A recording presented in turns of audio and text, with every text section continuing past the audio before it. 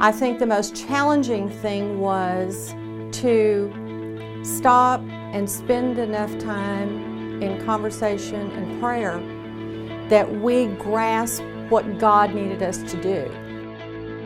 The thing that has excited me perhaps the most about the project is the way we've been able to make our facilities so much more welcoming and inviting to people that come in. We want to welcome everyone in this community to come worship with us. We have now accomplished what we all truly believe that God called us to do, so that we can continue on aggressively to accomplish His mission to serve the many needs across the board of the members of our church. Hi everybody, my name is Brooke Ross and I am a very lucky member here at First Baptist Church McKinney, and we are so excited about today. It's our grand opening of the major building renovations that we've been doing here. You've probably seen the scaffolding, the paint chips, the paint colors, furniture going in and out. Well, guess what? We're finally done and we can't wait to show it off to you. So I'm going to take you on a little bit of a tour. Well, here we are in the foyer. It's light, it's bright. We've got these beautiful glass doors, so there's always somebody there to help you in. What you'll also notice too is a bonus that we got to add, and we didn't think this was going to happen, but we were able to make it. We've got a canopy outside now, and that is to kind of protect you from the rain, from the elements when you're coming in. Again, a wonderful added bonus. We want people to come in here to feel welcome, to feel like they can come and stay a while. We've got these gorgeous seating areas that you just want to grab a cup of coffee and sit down and talk to your best friend for a little while. That's what we want you to feel like here.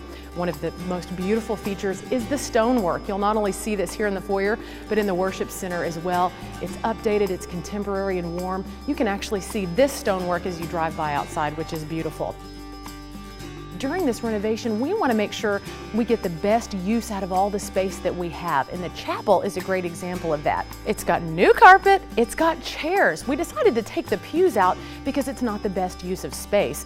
Another important thing about these lovely chairs that move, as you can see, is that they can be moved around for all kinds of different events that you might want to use in here. So you could have luncheons, you could have a wedding, you could have a reception, all sorts of things that you can use in this room that were never possible before.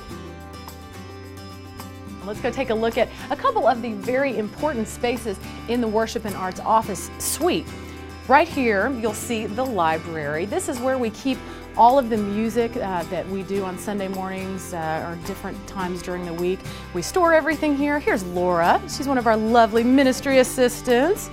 On this side, you'll notice we have more offices where a lot of the folks who work so hard during the week to keep things rolling work. The tech room is a really impressive part of our church, but it's probably an area that most of you won't get the chance to see. What's so important about this aspect of our renovation is that the tech room, the tech area, used to be up in the balcony. So when they moved the tech space down here, we had this space that we were able to fill with the pews from the chapel. So we were really proud to be able to reuse some of the great resources we already had here in the church.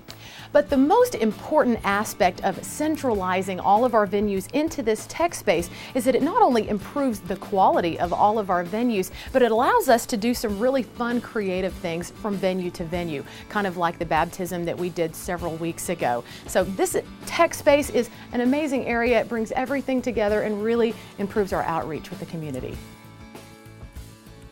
For months now, we have been anxiously awaiting all of the changes taking place here in the Worship Center, and the final touches are happening right now. Now, what you're going to notice already is the color scheme in our Worship Center. This was chosen very purposely because we wanted colors that would look new and fresh and updated for decades to come, and I think we really accomplished that through new carpeting, new paint. We've even got new rails here on our stairs and in the balconies. You're also going to notice up above me, we've got brand new screens. They're larger, so you have better viewing from the pews. And our very special focal point here in the Worship Center that many of you have asked about, the organ, still has a place of honor in our church. These pews really represent what this entire building process has been about. So many people say, oh wow, we love the new pews in the sanctuary. Well, these were actually the existing pews. We just simply gave them a facelift. New padding, new upholstery, new paint, and they're good as new. They look beautiful, and we were able to save money in the process. You know, we want you to go around, take a tour of the church, and see all of the different things that have been done. There is simply not enough time for us to show you all of those. Talk to a building committee member, and they can tell you about the wonderful changes that have been made in our church. Isn't it great to celebrate? I want to take a moment and thank each of the people who made this possible. First, thank you Abstract, our contracting group, who did a super job every day. You're wonderful to work with. Thank you Omni for a wonderful design and architect group that does great kingdom work all throughout Dallas and right here in McKinney. Thank you to our building committee. Don Pascal, your team was amazing. Hours and days and months. I hope each person will look at the individual names listed today of folks in our church who served greatly. And to each one of you who's given, many of you made a great pledge and you have fulfilled that. Some of you will be completing your pledges soon. In fact, some of you new people will want to join and give specifically to finish paying for this wonderful work.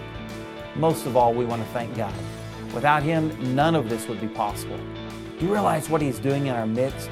Can you see that every person who walks through these clear, wide open front doors will see lives of people being changed? Do you see as they walk through these halls and see new color and carpet and anticipate worshiping, maybe in a gym, in a theater, even on the internet in places in Africa and the Dominican Republic, they see that God is moving the people on mission to join in His redemptive work. Hey, we're not finished. I think we're going to expand even further. Our future is as bright as God. Let's press hard into Him and let's join Him in this great kingdom adventure.